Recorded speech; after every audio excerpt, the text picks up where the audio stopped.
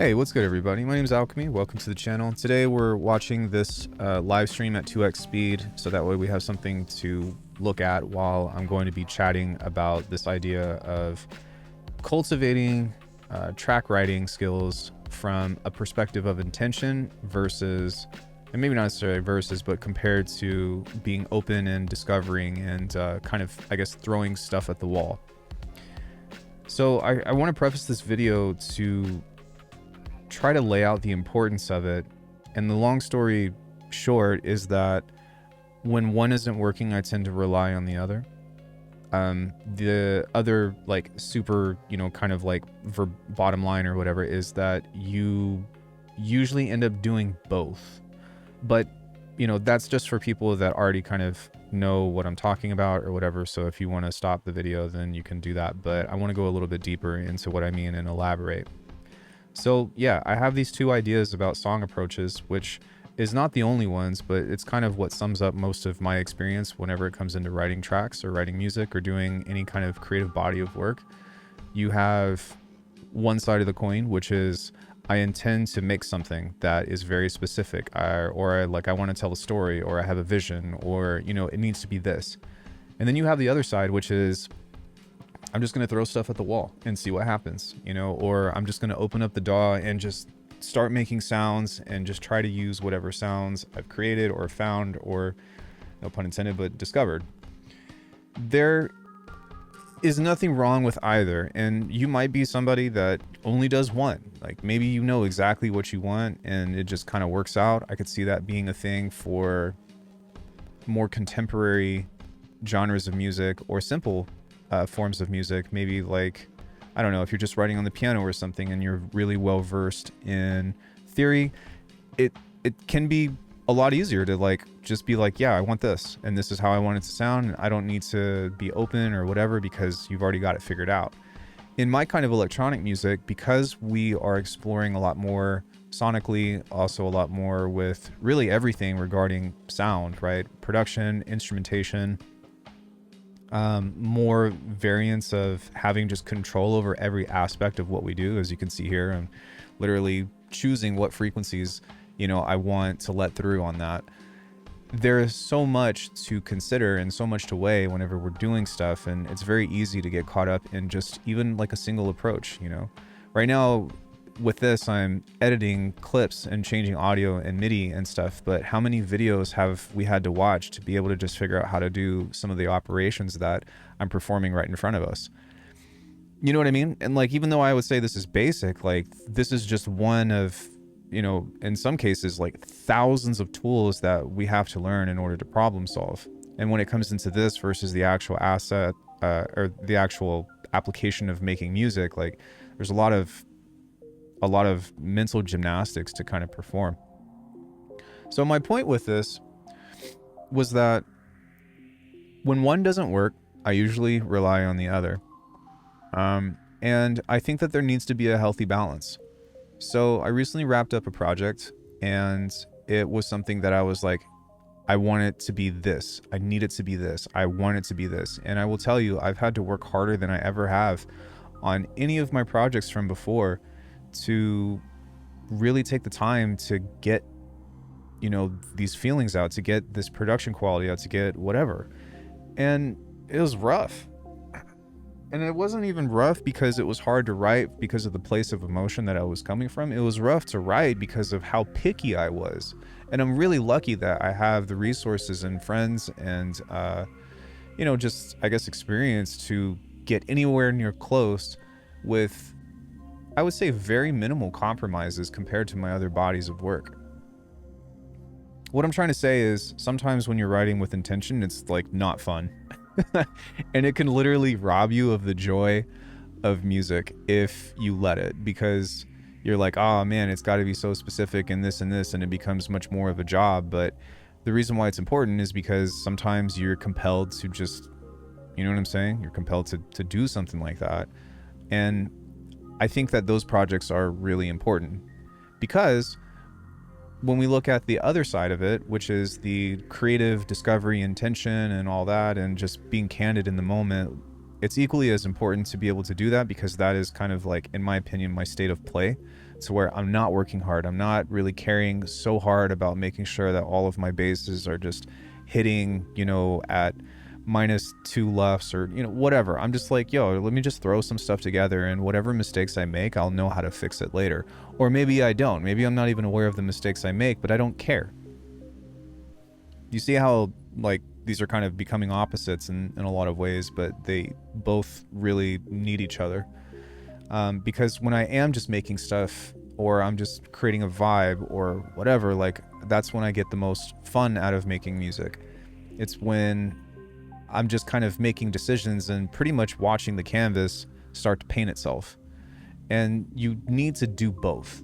I would argue anyways, because while the cultivation aspect of being super just like, yeah, I'm just going to wing it and, you know, just have fun and all that stuff. Even though, like, and I'm not trying to tell you what you should do with your artist. I'm just telling you why it's important for me, by the way. So I don't want to hear in the comments, like, how dare you tell me how to think about music and whatever. It's not my goal. But within this, if I only just kind of wing it and I only do whatever, then I've noticed that it never helps me get closer towards, at least not initially, like, it never helped me get closer towards like becoming the artist that I wanted to become, or getting closer to being able to tell those stories that I wanted to tell. If I were to kind of just put it in plain English, a lot of times, like, I have an affinity towards making stuff that's more on the chill side, you know, very like relaxed music, things that are easy to listen to, stuff that's very melodic based, or, you know, just stuff that is easy to work with rather.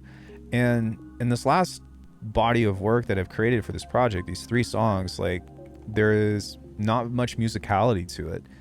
And I had to be very intentional, and I had to, like, really sort through thousands of sounds and samples or whatever to be like, okay, I'm happy enough to stick with this. And it was just very daunting, but it helped me figure out what I want for one, and two, this is the work that I'm most proud of.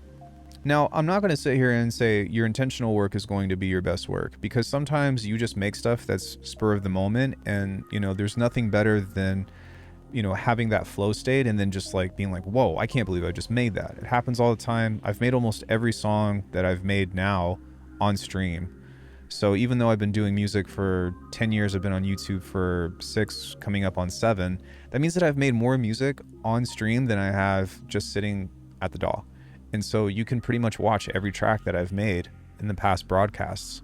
But it's kind of crazy to think about that. And you can even see the kind of, you know, attitude or the kind of energy that I'm giving whenever I'm making these tracks, comparatively, of like writing something that's, you know, very focus oriented, that I need to really, you know, hone in on, versus when I'm having a good time talking with chat, making funny sounds, and, you know, doing all that.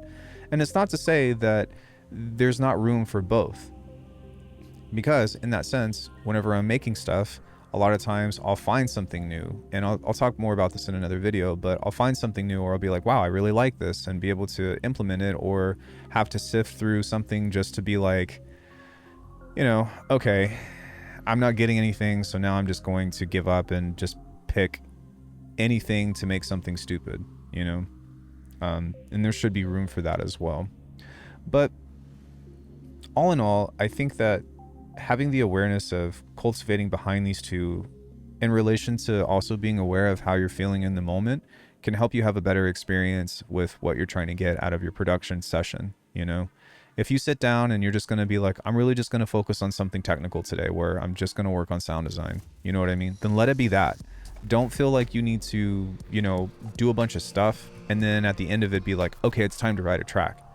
Like, no, like, task it out.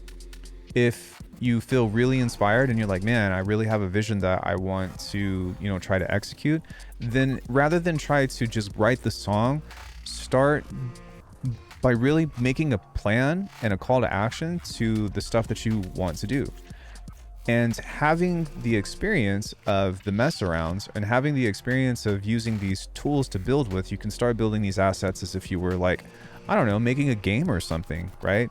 In a game, like, you have all these elements, especially with 3D modeling, with, you know, environment building, skybox building, characters, dialogue, all that stuff. And so when you're creating a body of work that's really important to you, take your time with it and don't feel like you need to rush through it.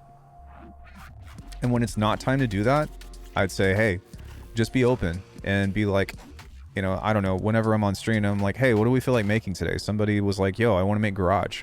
And I'm like, okay, well, let's do that.